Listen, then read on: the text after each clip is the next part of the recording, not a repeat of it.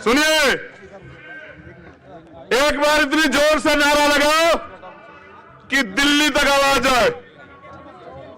कुछ लोग यहां जय भीम सुनना नहीं चाहते, उनके एजेंडे में नहीं है। सुना दे उनको जय भीम, सुना दे क्या?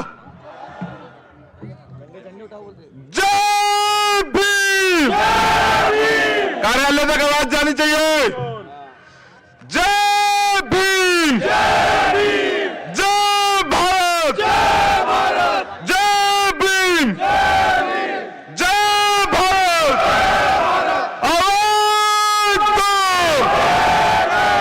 आवाज दो। बाबा साहब अम्बेडकर, बाबा साहब अम्बेडकर, जय भीम।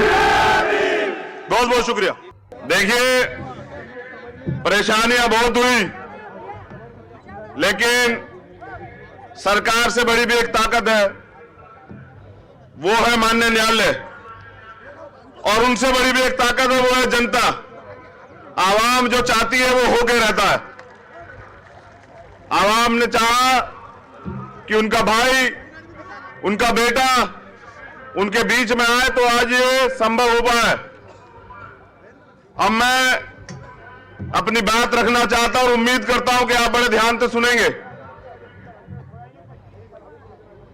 ये तिरंगा हमारी जान है और हम किसी को इजाजत नहीं देते कि वो इस तिरंगे का अपमान करे। ये तिरंगा सब जगह फहरेगा, कोई ऐसी जगह नहीं बचेगी मुल्क में जहां तिरंगा ना फहरे। ये याद रखना चाहिए सब लोगों को। तथागत गौतम बुद्ध, छत्रपति शिवाजी महाराज,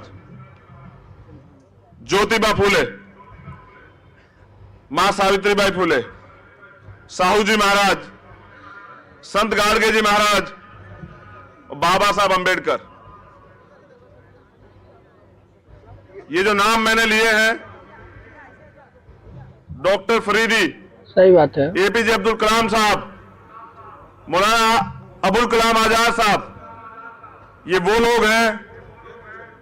ये तस्वीर है भारत की जो हमेशा मानवता, प्रेम, समता, समानता, बंधुत्व, भाईचारे पे काम किया गया जिनके द्वारा, और इसी का परिणाम है कि आज भी इस मुल्क को दुनिया का सबसे बेहतरीन मुल्क माना जाता है। अब इस विरासत को आगे बढ़ाने की जिम्मेदारी इस मुल्क में रहने वाले हर व्यक्ति की है। हम तथागत बुद्ध के वंशज हैं। दोस्तों, आप सभी से मैं हाथ जोड़ के निवेदन कर रहा हूं, आप लोग मेरे इस चैनल पर नए हैं तो प्लीज मेरे इस चैनल को सब्सक्राइब करें और बेल आइकन दबाएं ताकि मैं नेक्स्ट वीडियो अपलोड करूं तो आप सभी को मेरा वीडियो का नोटिफिकेशन मिले। दोस्तों, मेरे इस चैनल पर इसी टाइप के आप सभी को वीडियो देखने को मिलेंगे। दोस्तों प्लीज दोस्तों इस वीडियो को ज्यादा से ज्यादा लाइक करें, कमेंट करें। आइए दोस्तों वीडियो देखते हैं। वीडियो को लास्ट में हम लोग वीडियो के बारे में बात करेंगे। दोस्तों, कुछ तो बात है कि हस्ती मिटती नहीं हमारी, सदियों रहा है दुश्मन, दौरे जहां हमारा। पहले भी कितनी बार तरह तरह के हमले हुए इस देश पर, और कितने ताकतवर लोग आए, अंग्रेज, उनको लगा कि वो इस मुल्क को तोड़ देंगे, राज कर लेंगे। लेकिन जिस दिन इस मुल्क के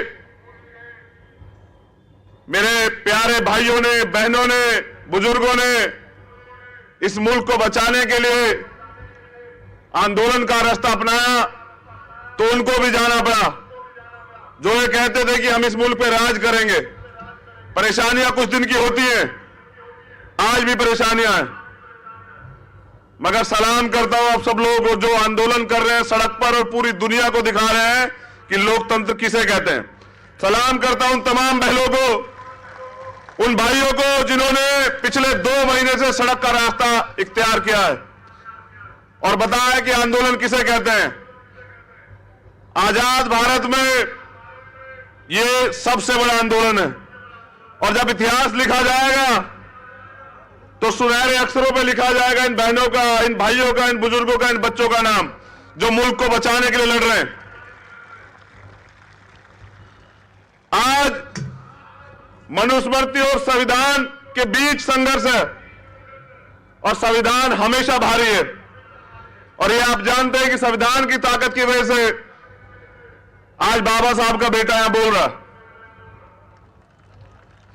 क्योंकि संविधान इस देश को जोड़ता है, समता, समानता, बंधुत्व, भाईचारे की बात करता है और मनुस्मृति आदमी पे आदमी के शोषण को बढ़ावा देती है।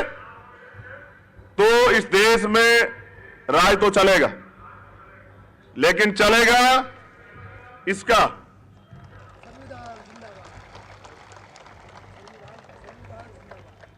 सही बात है। देखिए, सरकारें बदलती हैं। मैं एक पर्सनल बात शेयर कर रहा हूं सब लोगों से, मेरे परिवार के लोग यहां हैं। सरकारें बदलती हैं, सोच नहीं बदलती।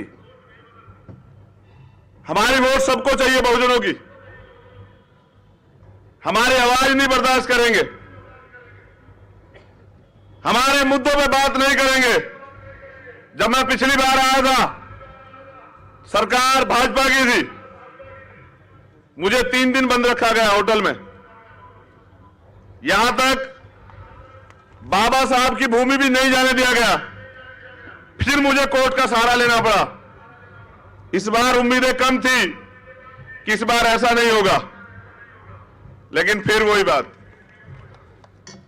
बाबा साहब के बच्चे, अमन चैन चाहने वाले बच्चे, आपके भाई इस मुल्क में सबके लिए खतरा हो गए, क्योंकि न्याय, ईमानदारी की बात कर रहे हैं, हक की बात कर रहे हैं, अपने लोगों को जगा रहे हैं।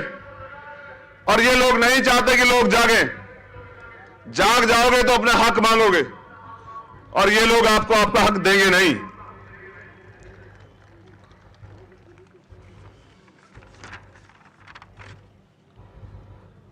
ये लोकतांत्रिक देश है, गौर से सुनना सब लोग। लोकतंत्र में सरकार की क्या जिम्मेदारी होती है?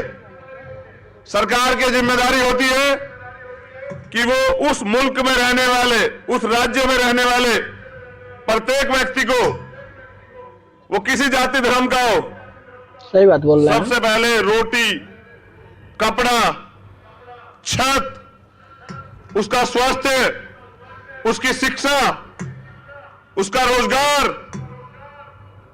उसकी सुरक्षा, ये सुनिश्चित करे। और ये सरकार की जिम्मेदारी और आम आदमी का अधिकार है। लेकिन फिर भी हम लोग आज भी असुरक्षा की भावना महसूस कर रहे हैं।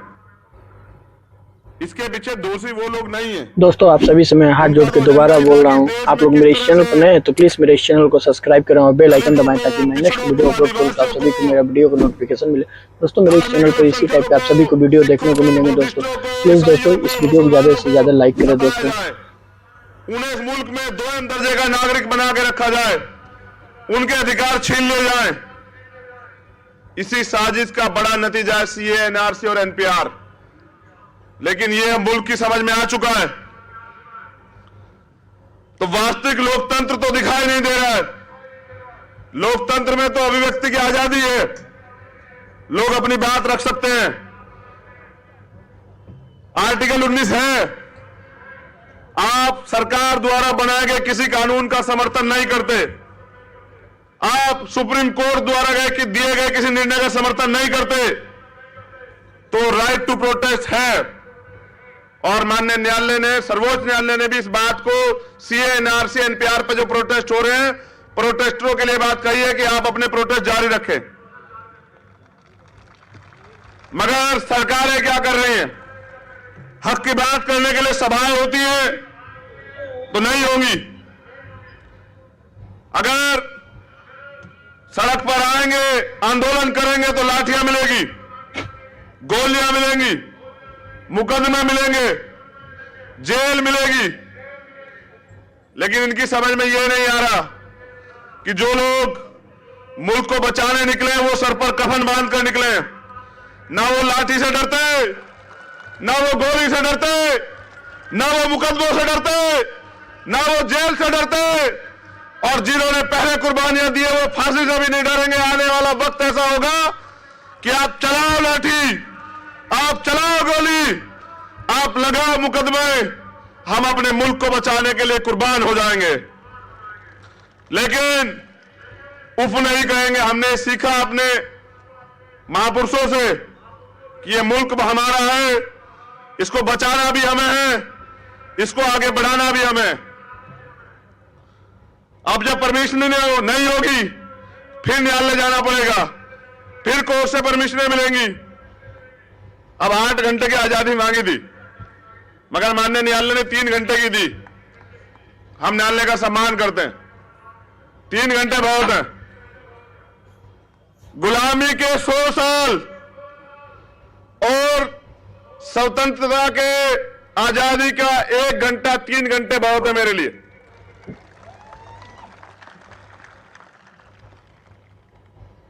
हम अपनी बात को कहेंगे, पूरी जिम्मेदारी से कहेंगे। ये आज वक्त की जरूरत है। हम गैर जिम्मेदार लोग नहीं है मुल्क में। मैं उत्तर प्रदेश के सीएम आदित्य योगी नाथ की तरह गोली और बोली के बयान नहीं दूंगा। जैसे वो कहते हैं कि जो बोली से नहीं मानेगा गोली से मानेगा, मैं ये कह रहा हूं चलाओ गोली। कल बंद है हमारा भारत बंद किया हमने आरक्षण और सीए, एनपीआरसी, एनआरसी और एनपीआर को लेके। आप चलाओ गोली, मारो हमारे निर्दोष लोगों को। मगर याद रखना, भाजपा के लोगों, सरकार बदलेगी। जिस दिन सरकार बदली, एक एक जुर्म का हिसाब लिया जाएगा। ये जो क्राइम तुम कर रहे हो, लोकतंत्र में भारत का संविधान ये कहता है कि सबको बराबरी के अधिकार है। क्राइम करने वाला चाहे आम आदमी हो, चाहे प्रशासन का व्यक्ति हो, चाहे शासन का व्यक्ति हो, चाहे कोई मंत्री हो, चाहे गृह मंत्री हो, मुख्यमंत्री हो, चाहे वजीर आजम हो, जो क्राइम करेगा सजा जरूर मिलेगी। आज हो सकता है बच जाओ, कल बहुजनों का राज आएगा तो नहीं बचोगे। वादा कर रहा हूं मैं अपने आवाम से, क्योंकि असली मालिक जनता है और जनता है सड़कों पर है। हम रोजगार मांगने आए थे। दोस्तों आप सभी से मैं हाथ जोड़ के निवेदन कर रहा हूँ, आप लोग मेरे इस चैनल पर नए हैं तो प्लीज मेरे इस चैनल को सब्सक्राइब करें और बेल आइकन दबाएं ताकि मैं नेक्स्ट वीडियो अपलोड करूँ तो आप सभी को मेरा वीडियो का नोटिफिकेशन मिले। दोस्तों मेरे इस चैनल पर इसी टाइप के आप सभी को वीडियो देखने को मिलेंगे। दोस्तों प्लीज दोस्तों आप लोग मेरे इस चैनल को सब्सक्राइब करें, ज्यादा से ज्यादा इस वीडियो को लाइक करें। दोस्तों लेकिन इन्होंने पूरे मुल्क को नोटबंदी की तरह सड़क पर आके खड़ा कर दिया। इसके पीछे एकमात्र उद्देश्य यह है कि जो एंटी बीजेपी है देश में, उसकी वोट बंदी करनी है, उसके वोट का अधिकार छीनना है। मगर मैं याद दिला देना चाहता हूं इस मुल्क के हर एक व्यक्ति को कि बाबा साहब ने वोट का अधिकार या कॉन्स्टिट्यूशन में मिला एससी, एसटी, ओबीसी को रिजर्वेशन या समानता का अधिकार या अभिव्यक्ति की आजादी बड़े संघर्ष से दिलाई। उन्होंने आगरा में 18 मार्च 1956 को एक भाषण दिया था। यह मैं अपने लोगों से भी कह रहा हूं, जय जयकार करने से काम नहीं चलेगा। जय भीम का नारा महाराष्ट्र ने दिया, आज पूरी दुनिया में गूंज रहा है। मैं कहना चाहता हूं, चित्र नहीं पकड़ना है, चरित्र पकड़ना है। बाबा साहब ने संघर्ष किया, बलिदान दिया, तो बाबा साहब ने यह कहा 18 मार्च 1956 को आगरा में कि मुझे मेरे पढ़े लिखे लोगों ने धोखा दिया। दुखी मन से तड़पते। वीडियो यहाँ खत्म हुआ। दोस्तों आप लोग पूरा वीडियो देखे ही, चंद्रशेखर आजाद जी का स्पीच था, आप लोग स्पीच सुने भी। दोस्तों आप सभी को वीडियो कैसा लगा प्लीज आप लोग कमेंट सेक्शन में बताएं। दोस्तों आप सभी से मैं हाथ जोड़ के निवेदन कर रहा हूँ, आप लोग मेरे इस चैनल पर नए हैं तो प्लीज़ मेरे इस चैनल को सब्सक्राइब करें और बेल आइकन दबाएं ताकि मैं नेक्स्ट वीडियो अपलोड करूँ तो आप सभी को मेरा वीडियो का नोटिफिकेशन मिले। दोस्तों मेरे इस चैनल पर इसी टाइप का आप सभी को वीडियो देखने को मिलेंगे। दोस्तों प्लीज़ दोस्तों आप लोग मेरे इस चैनल को सब्सक्राइब करें और इस वीडियो को ज़्यादा से ज़्यादा लाइक करें। दोस्तों आइए दोस्तों मिलते हैं नेक्स्ट वीडियो में, तब तक के लिए बाय। जय हिंद, जय भारत।